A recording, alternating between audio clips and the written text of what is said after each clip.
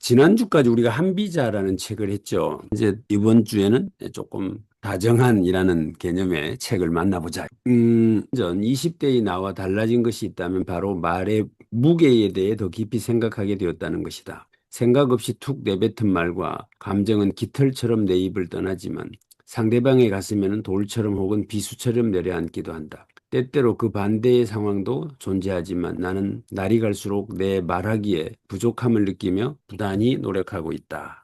그렇죠. 요즘에 참 말하는 게 갈수록 힘들어진다는 생각을 많이 하게 됩니다. 그런데 노출의 빈도는 훨씬 더 많아지고 있는 것도 있죠. 오히려, 그죠?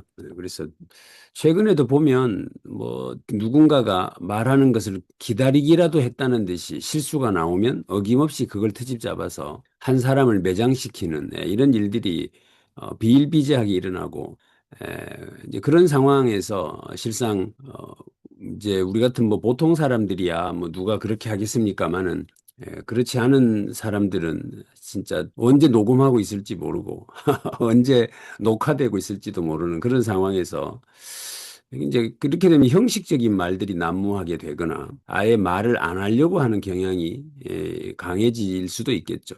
근데 우리 인간들이 살아가는 데 있어서 말을 빼고서 어떤 것도 생각할 수 없는 상황이라고 본다면 참 고민스러운 지점인 것 같습니다. 그래서 우리가 이 다정한 말을 습관화하고 에, 이렇게 입에 배게 만들어야 되는 것은 어쩌면 또 하나의 숙제일 수도 있겠다는 생각도 하면서 한번 이런저런 생각을 해보면 좋겠습니다. 제가 다정한이라는 단어를 딱 듣는 순간 뭐가 떠올랐느냐면 이 시조가 떠오르더라고요. 이 시조가 아마 우리 학교 다닐 때 한 번씩 다 읽으셨던 글씨입니다. 이제 이 시조가 저도 모르게 그냥 떠올라서 제가 한번 여기다 책에 나오는 내용은 아닌데 삽입을 해본 거예요. 이화의 월백하고 은하니 삼경인제 일지춘심을 자규야 알려마는 다정도 병인양하여 잠 못 들어 하노라.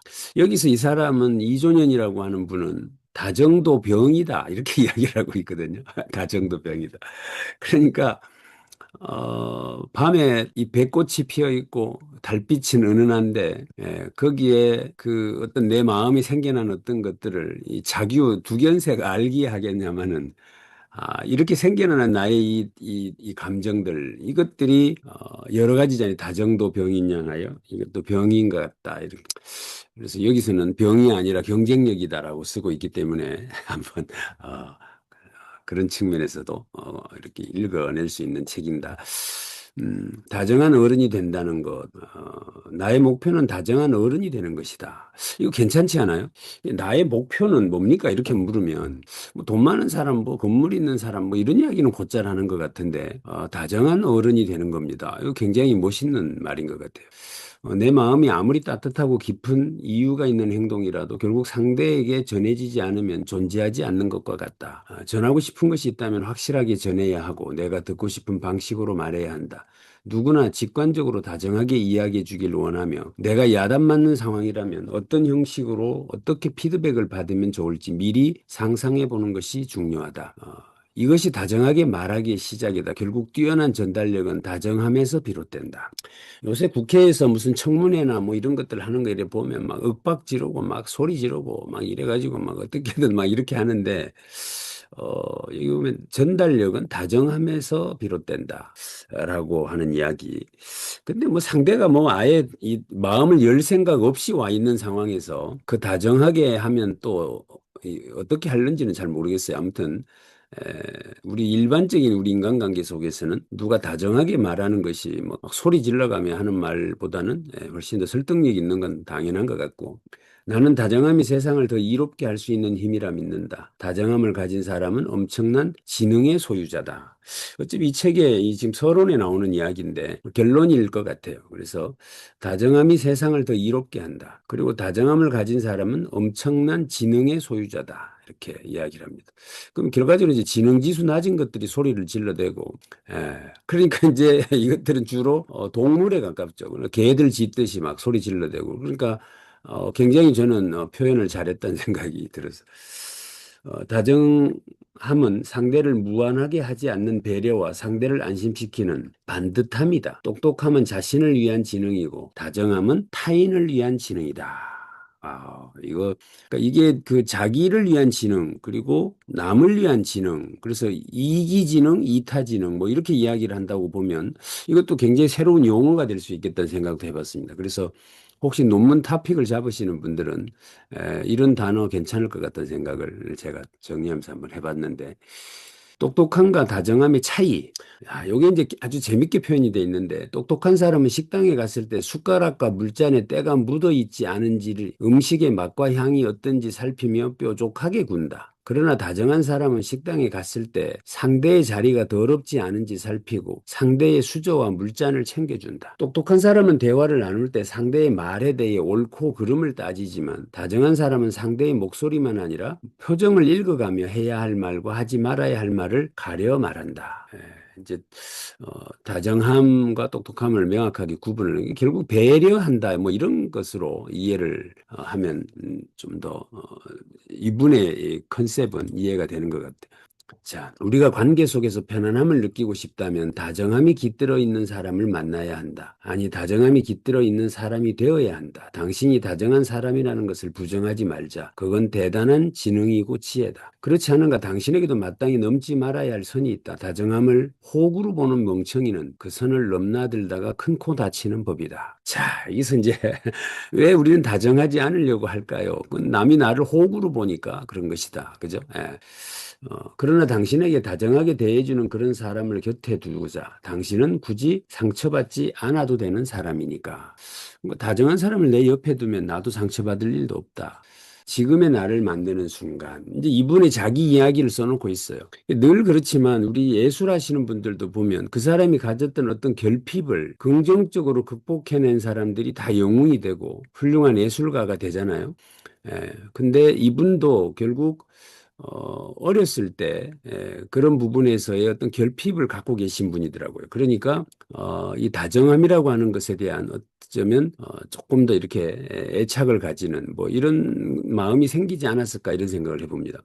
엄마, 내가 태어나서 처음 엄마라고 부른 대상은 엄마가 아니었다. 그 외침은 나를 키워주신 큰 이모에게 향한 것이었다.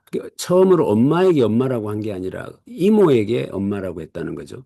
나는 생후 2년 동안 큰 이모의 품에서 자랐고 그 무렵 엄마는 오랜 동안 병원에 입원해 있었다. 입이 트여 신이 나서 엄마를 불렀던 그날, 큰 이모는 전화기를 들어 수화기 넘어 엄마에게 내 목소리를 전했다. 이 상상을 한번 해보자고요. 이모가 아이를, 이제 조카를 키우고 있는 거죠. 엄마는 병원에 있고. 근데 애가 엄마 엄마 해갖고 이제 처음으로 그 소리를 하니까 그 이모가 아마 전화기를 들어서 진짜 엄마한테 그 목소리를 들려주려고 했겠죠. 그 상황입니다, 지금. 엄마, 맘마, 맘마, 내 천진난만한 목소리는 엄마의 마음에 깊은 상처를 남겼고 그날 이후 엄마는 나를 떼어놓을 수 없겠다는 확신이 들었다고 한다. 모성애였을 것 같아요. 그죠?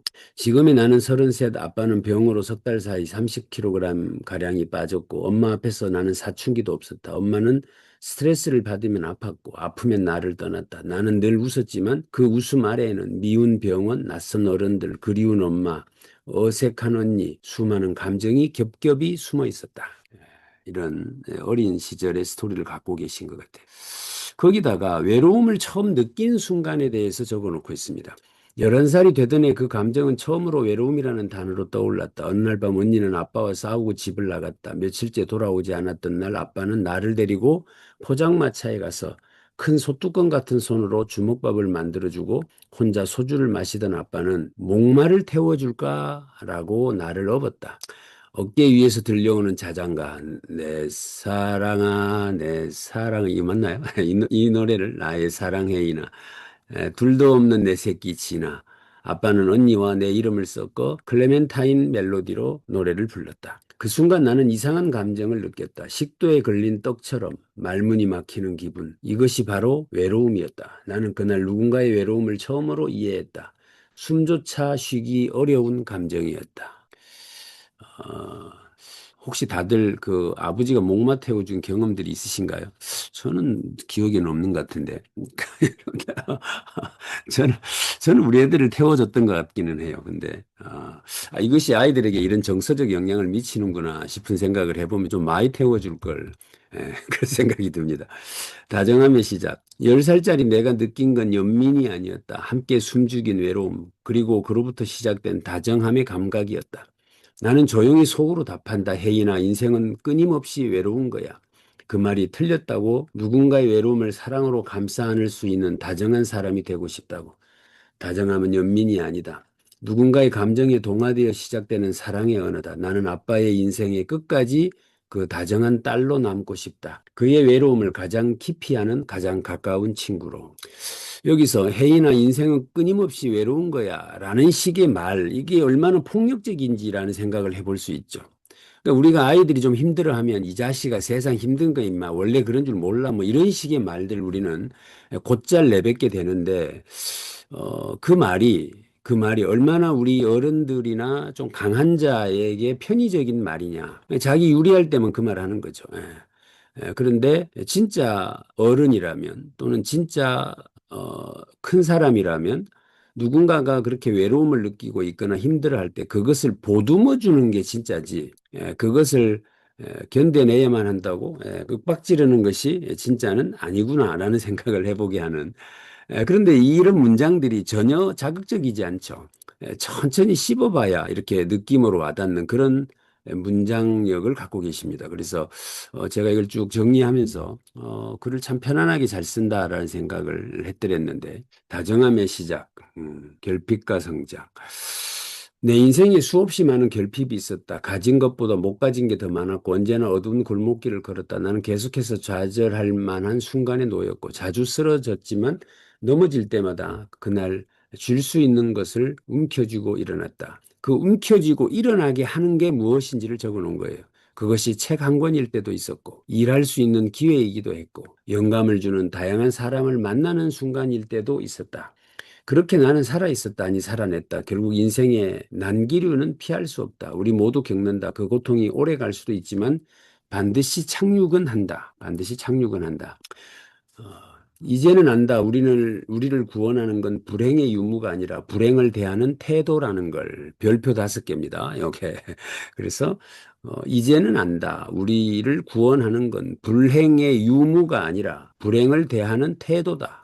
나는 어떤 놀이든 어떤 상황이든 어떤 일이든 불평 없이 한 사람 몫을 하겠다는 마음으로 진심을 다했다. 그리고 나에게 기회가 오면 주저없이 내 것으로 만들었다. 조건 없이 진심을 다했던 마음이 나를 조금씩 더 나은 사람으로 만들었다. 내가 할 수 있는 일로 나를 좋아해 준 사람들의 마음을 지켜내고 싶었다. 그 마음은 지금도 내 안에 있다. 작은 역할에도 성실했던 아이는 지금도 팀워크를 믿고 사람들과 어울리는 일을 한다. 자, 불행의 유무가 아니라 그 불행을 대하는 태도다. 지치고 무너질 때 나를 구해줄 사람은 타인의 칼날 같은 말이 아니라 나를 사랑해주는 이들의 눈빛이라는 걸. 그들의 시선으로 나를 바라보면 내가 흔들리지 않을 수 있었다. 타인의 비난에서 내 존재를 찾으려 할수록 끝없는 바닥에 닿지만 그럴 필요는 없다. 눈에 보이지 않는 칼에 상처받지 말아야 한다. 눈에 보이지 않는 칼에 상처받지 않아야 한다. 결국 나는 알게 되었다. 진정한 자아는 타인의 인정이나 비난에 따라 만들어지는 것이 아니다. 나는 나의 이야기를 통해 다른 사람들에게도 그런 메시지를 전하고 싶다. 우리가 서로를 바라보는 눈빛 속에서 진정한 자신을 발견하고 함께 나아가는 힘을 얻을 수 있다는 것을. 저는 여기가 굉장히 인상적이었어요. 정리를 할 때. 이분이 어렸을 때 엄마는 병원에 계시고 아빠는 일 갔을 거고 뭐 이러면 혼자 노는 시간이 당연히 많지 않았겠어요. 그때 그 혼자 노는 아이들을 요즘 우리 사회는 보듬어서 키워내느냐라는 생각을 해보게 됐죠. 그렇지 않은 것 같아요. 근데 여기 적혀 있는 내용을 보시면 자, 나는 태어나자마자 많은 어른들의 품 안에서 자랐다. 엄마가 많이 아팠기 때문에 생후 1년은 큰 이모 댁에서 살았고 그 이후에도 고모네, 할머니네, 아빠네, 엄마네를 오가며 살았다. 그 골목에는 단순한 어른이 아닌 어린 나를 한 사람으로 바라봐준 다정한 어른들이 있었다. 문구점 아저씨예요. 유치원이 끝나면 내가 가장 먼저 달려간 곳은 에브리데이라는 문구점이었다. 작은 아저씨는 나를 보면 항상 반갑게 맞아주셨고 내가 더 편하게 앉을 수 있도록 푹신한 의자를 꺼내주셨다. 그리고 무엇보다 나에게 돈 계산하는 법을 가르쳐 주셨다. 이제 어른이 하는 말이에요. 그 문구점 아저씨가 이 과자는 300원이니까 1,000원을 내면 얼마를 받아야 할까요? 이렇게 물어요. 그럼 얘가 600원 이러면 그 아저씨가 100원 더 이렇게 말하면 700원. 그 짧은 대화가 얼마나 따뜻했는지 나는 그때 아저씨의 안경 너머 다정한 눈빛을 아직도 기억한다. 어때요? 굉장히 따뜻해지시죠? 아저씨는 알았을 것이다. 집에 아무도 없어서 몇 시간이고 집에 가지 않는 꼬마에게 친구가 필요하다는 것을 아저씨는 알고 그리했을 것이다. 여기 보면 애가 문구점에 들어오면 푹신한 의자를 꺼내주고 앉혀가지고 이런저런 이야기를 하고 있는 그 아저씨의 모습이라는 것이 결국에 예전에 우리 사회가 가지고 있었던 어떤 모습이었죠. 그랬던 것 같은데 지금은 모르겠어요. 지금은 이런 게 아직도 남아 있는지. 배가 고파지면 맞은편 럭키마트로 달려갔다. 문구점에서 배운 계산법으로 800원짜리 빵을 사고 200원을 거슬러 받아 다시 문구점 아저씨에게 내가 돈을 계산했다고 자랑을 하면 200원짜리 사탕은 문구점에서 사 먹었다. 에브리데이 아저씨는 절대 아무것도 공짜로 주지 않으셨다. 지금 생각하면 그건 어린 나에게 세상을 살아가는 법을 알려주기 위한 교육이었을지 모른다. 책방 언니는 말없이 우리에게 공간을 내주었다. 우리 자매 얼굴에 스며있는 외로움을 말 대신 품어준 어른이었다. 그 골목은 아주 좁았지만 그 안에서 나는 넓은 마음을 배웠다. 책방에 언니가 자리를 내주고 했던 내용들을 적고 있습니다. 지금 나는 33이 되었다. 그 시절 골목의 아이가 어른이 된 지금 가끔 거울을 보며 묻는다. 나는 누군가에게 다정한 어른일 수 있을까? 그때의 에브리데이 아저씨처럼 책방 언니처럼 조용히 의자를 내주고 말없이 손에 책을 쥐어주는 그런 어른이 될 수 있을까? 요즘 이런 행동 잘못하면 뭐 유괴한다 그러고 뭐 이런다고 해서 난리 난다고 그래요. 그러니까 어린이집 선생님이 애가 이쁘다고 안을 수 없다 그러죠. 애를 안으면 안았다고 뭐라고 한다 그러죠. 그러니까 이해되시죠? 무슨 말인지. 요즘 뭐 굉장히 오해를 많이 산대요. 그런 것들 때문에. 그래서 아파트에서 이렇게 내려다보고 있다가 유치원 선생님이 애 차에 타는 거 볼 때 뭐 이렇게 과잉해서 친절을 베풀거나 해도 막 그런 것에 대해서 항의 들어오고 한다는 이야기를 누군가에게 들은 것 같은데 다정한 어른을 우리 사회가 다 말살시켰다는 생각도 하게 되는. 앞으로 나도 누군가에게 그런 어른이 되고 싶다. 외로워 보이는 아이가 있다면 눈을 맞추고 인사를 건네고 조심스럽게 묻는 말에 천천히 대답해 줄 수 있는 어른. 그렇게 다정함이 전해지고 또 전해지는 골목 같은 삶을 살고 싶다. 작은 행동에서 시작되는 다정함. 다정함은 아주 작은 행동에서 시작된다. 그 골목의 어른들이 그랬듯이 말없이 따뜻한 시선을 건네는 것으로 충분하다. 이게 이제 이분이 뻔한 말을 할 줄 알아야 된다. 이렇게 적고 있어요. 이게 뭐가 다정하냐라는 건데, 뻔한 말을 할 줄 알아야 다정한 거다. 이런 이야기를 해요. 감사합니다. 덕분이에요. 좋았습니다. 사랑해요. 미안합니다. 사과할게요. 제 탓입니다. 많이 배웠습니다. 존경합니다. 존중해요. 이처럼 뻔한 말을 할 줄 아는 사람이 되어야 한다. 말하지 않아도 알겠지라는 생각은 나의 속편한 이기적 마음이다. 전하지 않으면 알 수 없다. 사실 대단히 친절할 필요도 다정할 필요도 없다. 타인도 나의 친절이나 다정을 바라지 않는다. 그저 당연한 말을 당연히 해주는 사람이기를 바란다. 그래서 우리가 애초에 다정한이라는 말에서 굉장히 약간의 부담감을 좀 느낄 수도 있죠. 왜, 뭐 엄청나게 잘해줘야 될 것만 같은 이런 생각. 그런데 이분은 지금 이 뻔한 이야기를 하는 정도만 해도 우리는 충분히 다정할 수 있다. 이렇게 이야기를 하는 것 같아요. 사실 우리는 잘하고 있잖아, 그죠? 그 높은 데 있는 사람들이 이런 거 저들끼리는 존경하는 누구님 뭐 이런 말 자주 하더라면은 그 외의 이야기는 거의 안 하는 것 같으네 보니까. 우리가 우리의 일상은 이런 작은 순간들로 채워져 있다. 거창한 변화가 아니라 선풍기를 나누는 할머니의 소소하고 일상적 배려가 모여 세상을 조금씩 바꿔나가는 것이 아닐까. 직장에서도 마찬가지다. 경쟁이 치열하다고 해서 다정함이 의미 없는 것은 아니다. 오히려 각박한 환경일수록 작은 배려 하나가 큰 울림을 준다. 그 울림이 어떤 얘기는 위로가 어떤 얘기는 공명이 된다면 그것이 바로 세상을 바꾸는 시작이 아닐까. 선풍기를 나누는 할머니 겪어보셨어요? 우리 어렸을 때 보면 막 부채질 해주는 할머니들 되게 많았던 것 같고, 제 기억에. 이렇게 평상에 앉으면 이렇게 막 부채질을 나무 집 하나, 우리 집 하나 막 해주잖아요. 해주고, 선풍기가 이렇게 자기 쪽으로 방향이 틀어져 있으면 회전을 돌린다거나 아니면 그쪽으로 이렇게 바람을 씌워주는 이게 이제 사실은 배려라고 지금 적고 있습니다. 그래서 오늘 선풍기 틀어놓고들랑 선풍기 배려 좀 하시면 좋을 것 같습니다. 나는 다정한 사람이 마지막에 웃을 수 있다고 믿는다. 진정한 성공은 혼자 이루는 것이 아니라 함께 만드는 것이 가는 것이니까 독일의 물리학자 아인슈타인은 말했다. 인간의 진정한 가치와 도덕은 그가 얼마나 많은 사람을 돕는가에 따라 결정된다. 결국 다정함이 세상을 바꾸는 원동력임을 잊지 말아야 할 것이다. 심리학자 루이스 헤이는 인간관계의 가장 중요한 자세에 대해 사람을 대할 때 마음을 담아야 한다. 그 마음이 곧 설득이다. 다정함은 눈에 보이지 않지만 기분 좋은 향수처럼 공기 중에 은은히 퍼져 상대의 마음에 닿는다. 다정함은 향수를 닮았다. 여기 이제 그 배려를 했던 자기 경험을 적어 놓고 있습니다. 0점짜리 시험지.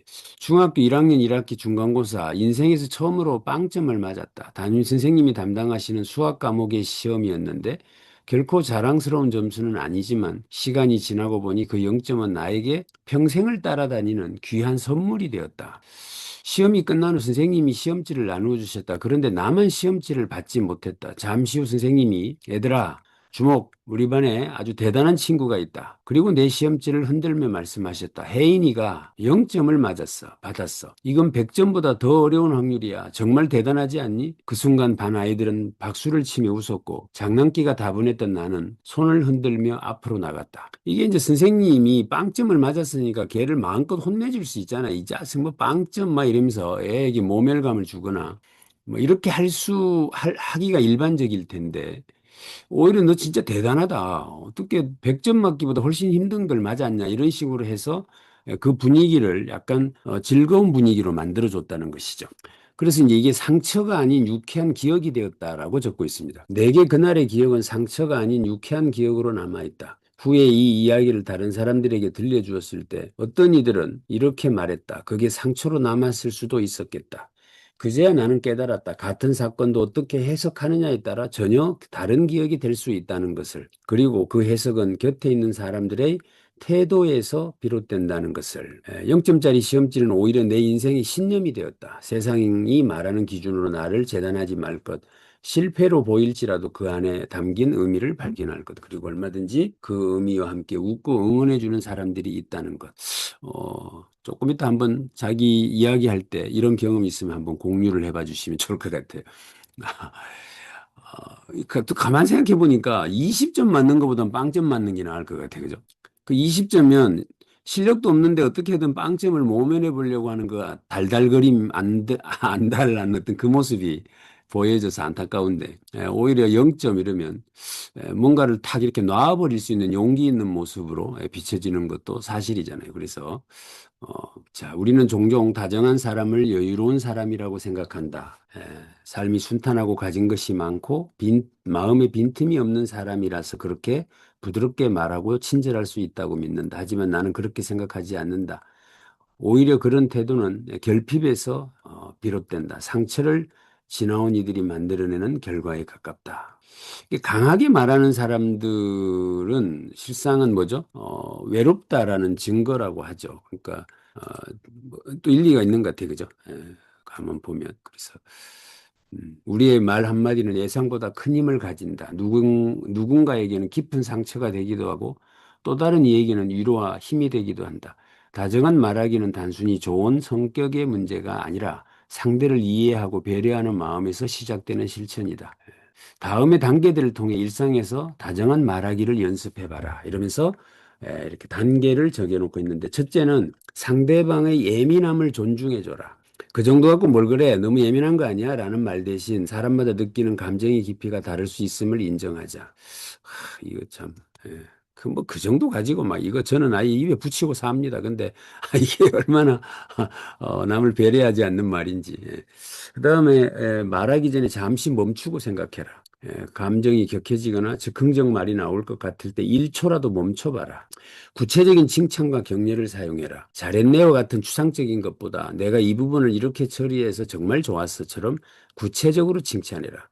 괜찮아, 다 잘 될 거야. 대신 힘들겠지만 내가 가진 능력을 믿어. 와 같은 현실적인 격려. 그 다음에 이제 경청을 통해 진심으로 이해해라. 다정한 말하기의 시장은 잘 듣기다. 뭐, 우리가 이 내용을 모르고 있는 건 아니죠. 그런데, 이런 실천을 통해서 그렇게 해봐라. 그러면서 윤여정 아시죠? 윤여정. 윤여정 씨의 이야기를 적어 놓고 있습니다. 여기 보면 우리는 흔히 리더십을 강하고 단호한 모습에서 찾지만 윤여정 배우는 다정함과 유연함 속에서도 흔들리지 않는 강인함을 보여준다. 그녀의 삶과 태도에서 배울 수 있는 자존감 있는 다정함의 리더십 원칙을 통해 진정한 영향력을 발휘하는 방법을 단계별로 익혀봐라. 윤여정 배우는 불필요한 과장이나 꾸밈 없이 자기의 생각과 감정을 솔직하게 표현한다. 이는 스스로를 존중하고 상대방에게도 가식 없는 진정성으로 다가가기 때문에 가능한 태도다. 상대를 잃는 깊은 통찰과 경청. 그녀는 상대의 말뿐 아니라 숨겨진 맥락과 감정까지 통찰력 있게 말을 한다. 셋째, 유연함 속의 원칙. 윤여정 배우는 필요에 따라 자신의 원칙과 기준을 명확하게 제시하면서 중심을 잃지 않는다. 약점을 인정한다. 약점을 인정하는 성장하는 겸손함. 여기 이제 예를 들어놨는데 여기 멘트가 있죠. 저는 경쟁을 믿지 않습니다. 제가 어떻게 글렌 클로우즈를 이기겠어요? 우리는 각자의 영화에서 승리자들입니다. 오늘 밤 저희는 운이 조금 좋아서 여기 있을 뿐입니다. 아마도 여러분보다 제가 운이 더 좋은가 봅니다. 이게 여러 가지가 있죠, 그죠? 그러니까 내가 이 자리에 상을 받게 된 것은 경쟁을 해서 받은 게 아니다라는 이야기로 탈락한 사람들을 배려하는 마음이 그 속에 들어가 있죠. 그래서 내가 최종 우승을 다퉜던 글렌 클로우즈를 이기겠어요. 우리는 각자의 영화에서 승리자들입니다. 각자의 승리자들이다. 오늘 밤 저는 좀 운이 좀 좋았던 것 같다. 아마도 여러분도 여러분보다 제가 운이 더 좋은가 봅니다.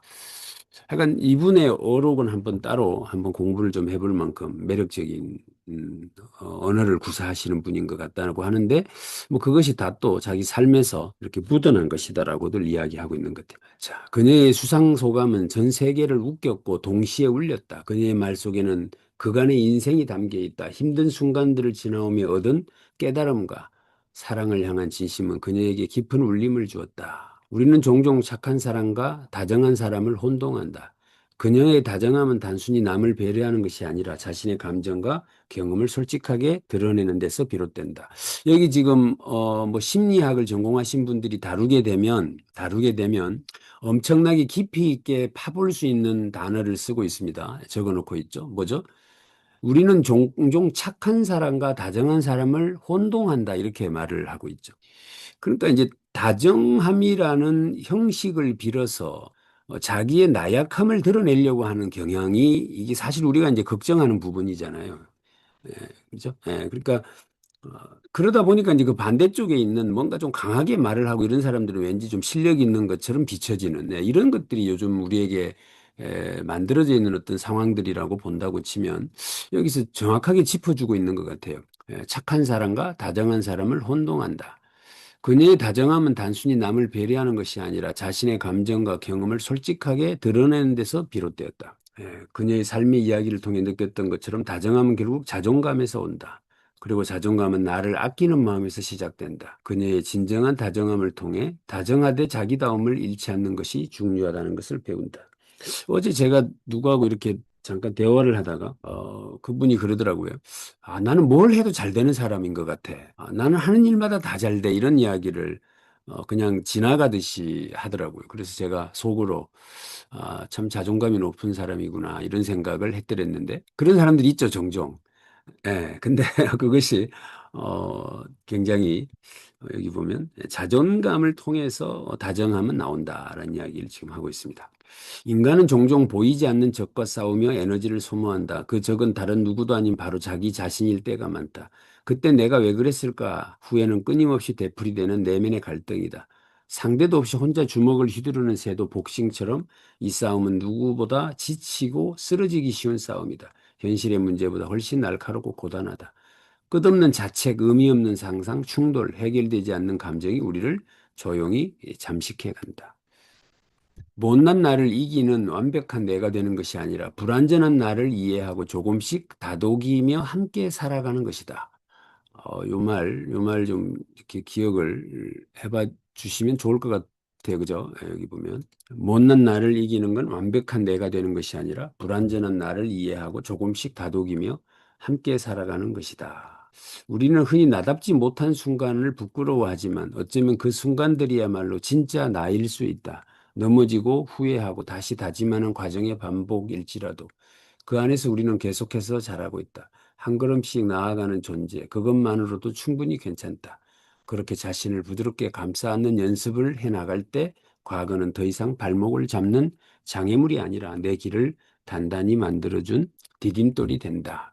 과거가 내 발목을 잡는 경우가 되고, 그러니까 걸림돌이 되는 경우가 있고 디딤돌이 되는 경우가 있고 그렇죠. 이게 과거가 나에게 디딤돌입니까? 걸림돌입니까?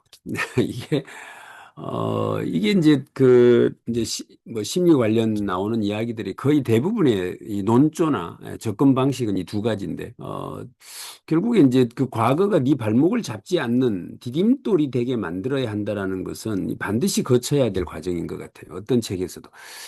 이제 그걸 뭐 우리 여러 가지 방법으로 이야기들을 하죠. 뭐 트라우마라고도 이야기하고 뭐 그 또 이걸 뭐 조혜리 창 같은 어떤 방법들을 통해서 나의 과거가 어떤 것들이 있는지를 끄집어내기도 하고 막 이렇게 하는데 이건 우리가 기억을 좀 한번 해봐 주면 좋은 문장인 것 같다는 생각이 듭니다. 여기 지금 굉장히 핵심적인 단어들이 나오고 있는데 못난 나를 이기는 건 완벽한 내가 되는 것이 아니라 불완전한 나를 이해하고 조금씩 다독이며 함께 살아가는 것. 나를 이기는 방법은 완벽한 내가 되는 게 아니라 나를 조금씩 다독이면서 살아가는 것. 그것이 나를 이기는 방법이다라고 적어놓고 있습니다. 자, 나는 나에게 속지 않기로 했다. 사람들은 흔히 겉감정에 속는다. 예를 들면 화가 난다, 불안하다, 기운이 없다. 라는 감정들은 감기처럼 표면에 드러난 증상일 뿐이다. 기침이 난다고 감기 원인이 무조건 기관지 문제는 아니듯 그 감정은 언제나 속에 숨어 있는 더 깊은 감정의 신호일 수 있다. 그러니 문제의 본질은 점점 멀어지고 그냥 힘들어 다 짜증나 그냥 하기 싫어 같은 말로 스스로를 가두어 버리게 된다. 자, 여기서 그래서 나는이라고 하는 부분을 누가 한번 읽어봐 보도록 하겠습니다. 김 원장님 한번 읽어보실래요? 그래서 나는 글을 쓴다. 그래서 나는 글을 쓴다. 혼란한 감정 속에서 뭉뚱그려진 감정을 하나하나 해체해 본다. 단순히 불안하다라고 말하기보다는 여러 가지 일을 앞두고 있어 막막한 것인지, 어제의 실수로 인한 자책이 올라오는 것인지, 오랫동안 미뤄온 일을 마주해야 한다는 두려움 때문인지, 차근차근 감정의 얼굴이 선명해지기 시작한다. 잠시 호흡을 고르고 내 마음을 있는 그대로 바라볼 수 있는 시간을 가질 수 있다면 우리는 언제든 다시 땅을 딛고 일어설 수 있다. 이분은 이제 자기는 그렇게 하기 위해서 겉감정에 속지 않기 위해서 글을 쓴다라고 쓰고 있습니다. 그래서 하여간 지금 가을이잖아요. 그래서 저도 지금 우리 그 어르신들 대상으로 지금 그 시 공모전을 지금 계속 강조하고 있는데 예, 여러분들도 올가을에는 시집을 한권 쓰겠다는 생각으로 하루하루의 감정들을 좀 이렇게 글로 표현해보는 그런 시간들을 좀 많이 가지시면 좋을 것 같다는 생각을 해봅니다. 자, 이래서 이분은 나를 지켜내는 체크리스트라고 해서 지금 소개를 하고 있습니다. 오늘 하루 단 한 번이라도 내 숨소리에 귀 기울였는가? 한 번이라도 내 숨소리에 귀 기울였는가? 두 번째, 지금 이건 내 몫이 아니야라고 느끼는 일을 정중히 거절했는가? 거절을 묻습니다. 거절은 때때로 나를 존중하는 가장 단단한 선택이다. 그 다음에 아프다라고 말할 수 있는 용기를 가졌는가? 아프다라고 말할 수 있는 용기를 가졌는가? 누가 그러더만요. 뭐, 입만 띄면 아프다 그러고, 입만 띄면 바쁘다 그러고, 도대체 뭐가 기쁘냐고, 그렇게 되니까. 기쁘다는 없고 맨날 아프다 내지는 바쁘다밖에 없어요. 그래서, 그래가지고, 아프다, 바쁘다. 하지만, 아프다라고 말할 수 있는 용기를 가졌는가. 오늘 나를 칭찬해주는 말을 스스로에게 건넸는가. 작게라도 해낸 일이 있다면 그건 충분히 기특하다. 누군가의 시선보다 내 믿음에 집중했는가. 무리하지 않는다. 악착같이 버티고 악바리처럼 해내야만 가치 있다는 지독한 고정관념을 버렸다. 모든 걸 다 해낼 수 있을 것 같은 오기와 오만도 내려놓았다. 지금은 할 수 있는 만큼 그러나 꾸준히 하는 것을 선택한다. 나는 오래오래 피어 있고 싶다. 저는 이분 글이 굉장히 평이해가지고 읽어 나가는데, 이 기존에 우리가 접했던 책들처럼 막 자극적이고, 뭔가 막 이 말이 기가 막힌 어떤 이런 뭐라고 할까, 예리함 같은, 이런 것이 느껴지지는 않아요. 그런데 가끔씩 자기의 감정을 신념화해서 표현하는데 굉장히 능숙하더라고요. 지금 나는 오래오래 피어 있고 싶다. 나는 다정한 사람이 되고 싶다. 이런 식으로 자기 감정을 신념화해가지고 굉장히 표현을 군데군데 해놔가지고 이 마력의 이 책을 읽게 되더라고요. 계절에 맞춰 피어나는 꽃처럼 누군가 잠시 쉬어갈 수 있는 그늘 같은 사람이 되고 싶다. 그늘 같은 사람이 되고 싶다. 그렇기에 오늘도 속도를 조절하며 살아간다. 우직하게 나의 속도로 무너지지 않도록. 이라고 하는 내용을 적고 있습니다. 자, 여기까지가 이제 1편이 끝났는데, 시간이 지금 2편 조금만 보여드리고 마무리하겠습니다. 그래서 요새 제가 이 클라우드를 써가지고 이걸 보관하니까 훨씬 이 일들이 편해지고 그랬습니다. 자, 2장 마음에 닿는 글이 수많은 사람을 만나고 함께 일하고 떠나보내고 때로는 배신을 겪으면서 나는 분명한 패턴 하나를 발견했다. 어딜 가나 불만을 크게 말하는 사람이 있고 그 와중에도 조용히 자기 일을 해내는 사람이 있다. 상황이 혼란스러울수록 자신의 감정에 휘둘리는 사람과 그 상황을 기회로 바꾸는 사람은 분명히 구분된다. 전자는 항상 피해자이길 원하고 후자는 결국 자신을 인생의 주인공으로 만들어 간다. 내가 좋아하는 사람, 누군가가 김 원장님에게 좋아하는 사람을 말해보세요라고 하면, 망설이지 않고 바로, 저는 이런 사람을 좋아합니다라고 하실 수 있으세요? 자신감 있는 사람? 그러니까, 그걸 뭐가 됐던 거죠. 그러니까 그런 것들이 늘 이렇게 명확하게 이렇게 설정되어 있지 않구나 이런 생각을 한번 하게 되는 게 이분 내가 좋아하는 사람이라고 저렇게 글을 쓴 걸 보면서 불만 대신 기회를 찾는 사람, 자신을 단단히 세우는 사람, 이런 사람이 자기는 좋다는 거예요. 그러니까 특히는 이제 불만 대신 기회를 찾는 사람. 그러니까 예를 들면 어떤 막 뭘 하다가 보면 안 될 때 있잖아요. 그럼 그때 괜찮아 뭐 이러면 되지라고 하는 사람들 있잖아요. 그죠? 근데 거기서 내 그럴 줄 알았다. 내가 이게 뭐라 했더노 막 하면서 이제 그걸 가지고 막 집요하게 부정적으로 막 파대는 사람들 있죠. 이런 사람보다 괜찮아 뭐 이러면 되지 뭐 이렇게 하는 사람들 이런 사람들을 굉장히 자긴 좋아한다고 적어놓고 있어요. 많은 사람들이 선택한 자리에서조차 불만을 놓느라 자신의 가능성과 시간을 낭비한다. 비싼 돈을 내고 배움을 찾으러 온 자리에서 자기 손으로 지원에 들어간 회사에서 왜 그렇게 쉽게 불평을 뱉어낼까? 와, 이거 저는 기가 막혀. 이게 예를 들면 강의를 듣는다고 지 돈을 만약에 뭐 50만 원, 100만 원 내고 온 사람이 거기 오가 계속 투덜거리는 거예요. 이제 그 보면. 그러니까 이게 되게 웃기잖아요. 예. 로마의 스토아 철학자 에피테투스는 이렇게 우리 저번에 책만 같이 봤죠. 인간에게는 어떤 일이 일어나는 것이 아니라 그 일이 일어났을 때 어떻게 반응하는지가 중요하다. 불만을 삶의 중심에 두는 사람은 늘 내가 얼마나 억울한지를 이야기한다. 불만을 삶의 중심에 두는 사람은 내가 얼마나 억울한지를 이야기한다. 자, 자신을 단단히 세우는 사람. 반면 내가 좋아하는 사람은 다르다. 상황을 바꾸지는 못하더라도 자기 자신을 단단히 세울 줄 아는 사람이다. 그들은 자기가 어떤 선택을 해야 하는지 알고 스스로를 돌아볼 수 있는 사람들이다. 자, 결국 기억에 남는 건 말투다. 이거 지난번에 우리 언어 디자인이라는 유영만 교수 책 기억나실까요? 예. 그때 제가 그 사람이 하는 말에는 종류가 세 가지가 있다 그랬죠. 하나는 말씀, 하나는 말씨, 하나는 말투. 말투. 예, 그랬죠. 그래서 남의 가슴에 씨가 되게 하는 희망의 말을 하는 사람 말씨, 뭔가 써먹을 말이 있는 사람 말씀, 씀씀이가 있다 말씀, 말만 하면 싸우자고 덤비는 사람 말투, 그랬죠. 근데 결국 기억에 남는 건 말투다.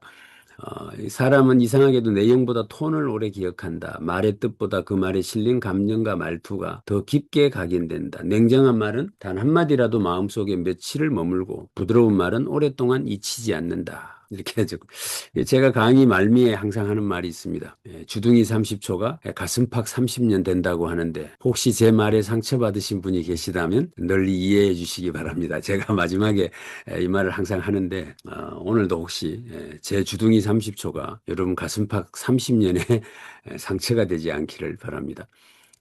말투의 차이, 이거 좀 해주세요. 이 말이 혹시 괜찮으시면 이거 가능할까요?로 바꾸는 데는 2초도 걸리지 않지만 듣는 사람의 태도는 완전히 달라진다. 전자는 지시처럼 들리고 후자는 배려처럼 느껴진다. 말투가 만드는 변화, 단순히 말투 하나 바꿨을 뿐인데 분위기가 달라지고 사람의 마음이 달라지고 결국 일의 결과도 달라진다. 말투에 스민 온기는 단순한 A가 아니다. 그것은 관계를 설계하는 도구이며 팀워크를 유지하는 힘이고 긴장감 속에서도 유연함을 만들어내는 기술이다. 이렇게 적고 있습니다. 자, 따뜻한 말투의 힘. 이래서 존중이 담긴 말. 그들은 부탁할 때 죄송하지만 보다 부탁드려요를 먼저 사용했고, 이거 메모하셔야 됩니다. 지금 이 상황은. 저도 죄송하지만 이 말은 자주 하는데, 부탁드려요라는 말을 하지는 않는 것 같아요. 그죠? 예. 부탁드려요를 먼저 사용했고, 회의에서는 이건 좀 아닌 것 같아요 보다 이 방향도 고려해 보면 어떨까요? 라고 말했다. 그 말에는 존중이 있었다. 그리고 그 존중은 자발성을 이끌어낸다. 이별의 순간도 마찬가지다. 함께했던 누군가를 보내는 날이면 괜히 마음이 조용해진다. 대표라는 자리는 익숙해져야 할 이별이 많지만 참 이상하게도 매번 마음 한쪽이 허전해진다. 시간이 지나면 성과는 흐릿해지지만 마지막으로 건네는 말과 태도는 선명하게 남는다. 이게 이제 이 사람이 이제 지금 사업을 하는 사람인데, 직원들이 나갈 거 아니에요. 그때, 이별하는 순간에, 괜히 마음이 좀 그렇죠. 저도 직원들 어디 그만두고 나간다 그러면 괜히 마음이 조금 그렇죠. 그때 이제, 그동안 뭐 잘못했던 것들 막 끄집어내가지고 막 이야기하고 막 이러는 게 아니고, 따뜻한 말로 격려하고, 이렇게 해서 보내야 된다. 뭐 이런 이야기인데, 저는 굉장히 중요한 부분 같더라고요. 왜냐하면 싸워가지고 내보내면 반드시 안티가 돼요, 안티. 돌아다니면서 계속 버징을 하죠. 막, 뭐, 금만 개판이고 막 이러면서. 그러니까, 나갈 때, 헤어질 때 잘 헤어져야 되는 거예요. 나는 일을 잘하는 사람보다 함께 일하고 싶은 사람이 되고 싶다. 그리고 그 기준은 생각보다 단순하다. 신뢰할 수 있는가? 함께 할 때 마음이 편안한가? 말 한마디에 존중이 담겨 있는가? 말투는 그 모든 질문에 그렇다라고 답하게 만드는 힘이 있다라고 쓰고 있습니다. 그래서 말은 결과보다 오래 남는다. 그래서 오늘도 생각한다. 말은 결과보다 오래 남는다는 것을 부드러운 말 한마디가 누군가의 기억을 따뜻하게 할 수 있다는 것을 그리고 다시 함께하고 싶은 사람이 되게 만드는 것이 마지막 순간의 기억이라는 것을 실력도 중요하지만 끝까지 기억에 남는 사람은 따뜻한 말투를 가진 사람들이었다. 우리 여기 지금 북새통에 들어와 계신 분들은 대부분 말투가 다들 굉장히 따뜻하시죠. 이렇게 들어보면. 근데, 우리는 뭐 사실 크게 걱정은 안 하셔도 되겠는데, 요즘 나가보면은 장난 아닙니다. 그죠? 뭐 소리 어지간히 내가지고는, 말빨도 안 먹히고 이러니까 막 소리 있는 대로 질러야 되고, 요즘 확성기에다가 막 이 마이크 들고 다녀야 될 판이. 그래서, 시간이 지나면 성과는 흐릿해지지만 건네는 말과 태도는 선명하게 남는다. 너는 끈기가 있어. 너는 체력이 정말 좋아. 너는 사람들에게 에너지를 주는 사람이야. 넌 뭐 결국 뭐든 해내더라.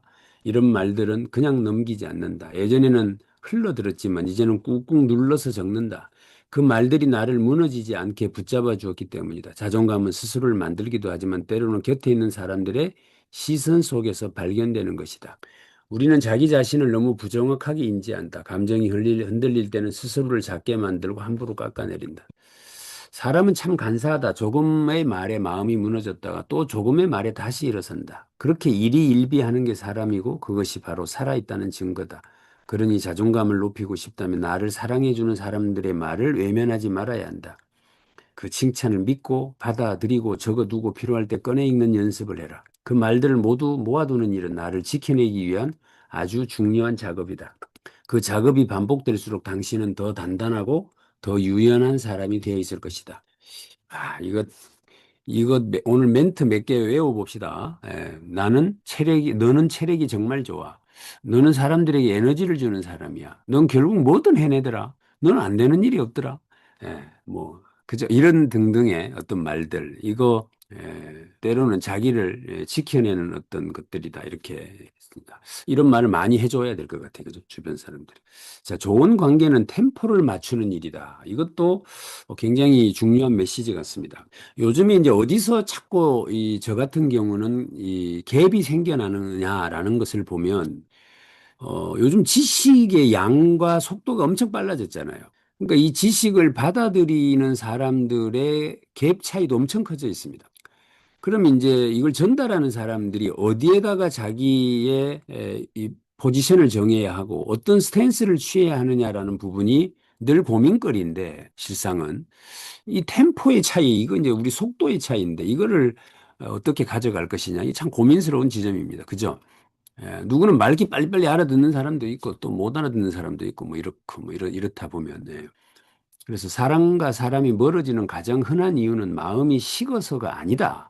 바로 속도의 차이 때문이다. 한쪽은 빠르게 가까워지고 싶어 하는데 다른 한쪽은 천천히 다가서고 싶을 때 그 어긋남이 불편함을 낳는다. 나는 이제 알게 되었다. 사람마다 마음을 여는 속도가 다르고 가까워지는 리듬이 다르다는 것을. 예전에는 내가 다가서면 모두 반가워할 것이라고 생각했고, 좋은 마음으로 대하면 금세 친해질 수 있을 거라고 믿었다. 그러나 어떤 사람은 그 호의 앞에서 한 발짝 뒤로 물러서고, 갑작스럽게 친밀감에 거리를 두려고 하더라. 예, 다정함은 단지 따뜻한 말이나 친절한 행동만을 뜻하지 않는다.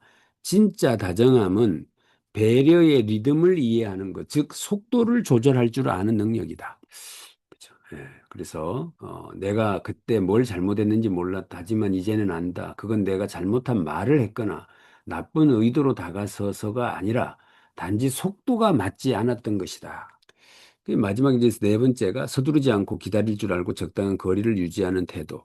이거 어때요? 한 번씩 해보고 계십니까? 네, 그래서 이렇게 보면 이제 여기 계신 분들 연령대가 젊으신 분도 있지만 대체적으로 이제 다들 조금 이렇게 어떤 직위에 계시거나 이렇잖아요. 그런 사람들은 어떤 처음에 온 사람이 이런 사람들에게 뭐 좀 잘해준다는 이유로 뭐 조금 이렇게 배려하는 듯한 제스처를 취했을 때 이것이 그 어떤 사람에게 굉장히 거북스러운, 그래서 그냥 지켜봐주고 다가올 때까지 좀 기다려주고 하는 이런 템포 조절에 굉장히 어려움이 있는 것 같아요. 그래서 좋은 관계는 템포를 맞추는 일이다라고 적고 있습니다. 가장 다정한 사람은 결국 가장 불편하지 않은 사람이다. 와, 정답이 나왔습니다. 이제 우리가 다정한 사람이 뭐라고요? 여기 보면 결국 가장 불편하지 않은 사람이다. 누가 저보고 그러더라고요. 되게 불편하다고. 뭐가 그렇게 불편합니까? 이러니까 뭐 말을 하면 책에 나오는 내용을 가지고 잘했니 못했니 맞니 안 맞니라고 말할 것 같대요. 저보고. 그래서 내가 그거 진짜 오해다 막 이렇게 이야기를 해도 그래봐야 안 된대요. 저는 불편하대요. 그래가지고 제가 그래서 참, 이게 약간의 허점이 보이는 이런 부분들이 많이 보여줄 수 있는 기회가 적어서 그렇구나 싶어요. 이게 온라인이 가져오는 단점이구나. 예전에 저를 오프라인으로 보신 분들은 아마 안 그러셨을 것 같은데 결국 불편하지 않은 사람이 다정한 사람이다. 라고 하는 이야기를 하고 있습니다. 오늘도 나는 조급함을 내려놓고 상대의 걸음에 발을 맞추려 노력한다. 말은 관계를 만들고 말투는 사람을 남긴다. 나는 오래전부터 말에는 체온이 있다고 하는 말을 믿어왔다. 같은 말이라도 마음이 담기면 다르게 들리고 말투 하나에 누군가는 상처받고 또 다른 누군가는 위로를 받는다. 단절의 말, 그건 아닌 것 같아요. 이 말은 사실관계를 정확하게 짚는 말일 수 있다. 틀리지 않았다. 하지만 때로는 이 한마디가 사람의 마음을 단단히 닫아버릴 수 있다.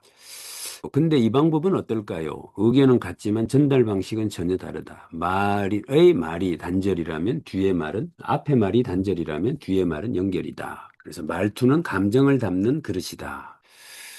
말은 감정을 담는 그릇이다. 말투는 감정을 담는 그릇이다. 말이 차가우면 마음도 차갑고 전달되고 말이 따뜻하면 그 온기가 고스란히 상대의 마음을 적신다. 적신다라는 말 좋지 않아요? 상대의 마음을 적신다. 자, 말의 온도라는 책도 있었죠. 근데 말의 온도, 무조건 공감하라는 이야기가 아니다. 단지 표현할 때 조금 더 부드럽게 한 번 더 생각하는 말하는 습관. 그 작은 습관이 관계를 바꾸고 나를 기억에 남게 만든다. 말은 관계를 만들고 말투는 사람을 남긴다. 그리고 대화의 온도는 오랫동안 사람의 마음에 남는다. 오늘도 나는 내 말에 체온을 담아본다. 같은 말이라도 마음이 담기면 다르게 들리고 말투 하나에 누군가는 상처받고 또 누군가는 위로받는다. 표현할 때 조금 더 부드럽게 한 번 더 생각해서 말하는 습관, 그 작은 습관이 관계를 바꾸고 나를 기억에 남게 만든다. 자, 여기까지만 하겠습니다. 가까운 사람일수록 더 다정하게 대해라. 다정함은 친밀한 거리에서 비롯되는 게 아니라 상대를 향한 나의 태도에서 비롯된다. 지금 내 옆에 있다고 해서 언제나 곁에 있을 거라는 보장은 없다. 그렇죠. 예. 관계는 매일 새롭게 쌓아가야 하는 감정의 집이다. 가까운 사람이기에 더 신중해야 하고 소중한 관계일수록 더 따뜻한 말이 필요하다. 무심코 던진 말 한마디가 오래 쌓아온 시간을 무너뜨릴 수 있고 조금 더 다정한 말투 하나가 삐걱대던 사이를 다시 부드럽게 만들 수도 있다. 당연한 관계란 없다. 오랜 인연도 돌아보지 않으면 금세 멀어지고 매일의 다정함이 쌓여야 비로소 오래가는 인연이 된다. 그래서 나는 오늘도 다짐한다. 가까운 사람일수록 더 다정하자.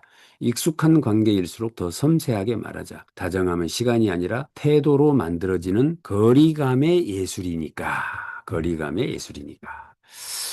자, 오늘 시간이 됐어요. 이 정도까지만 하고. 박수 한번 하실까요? 네, 감사합니다. 또 몇 분 의견 좀 들어보는 시간 갖도록 하겠습니다. 어,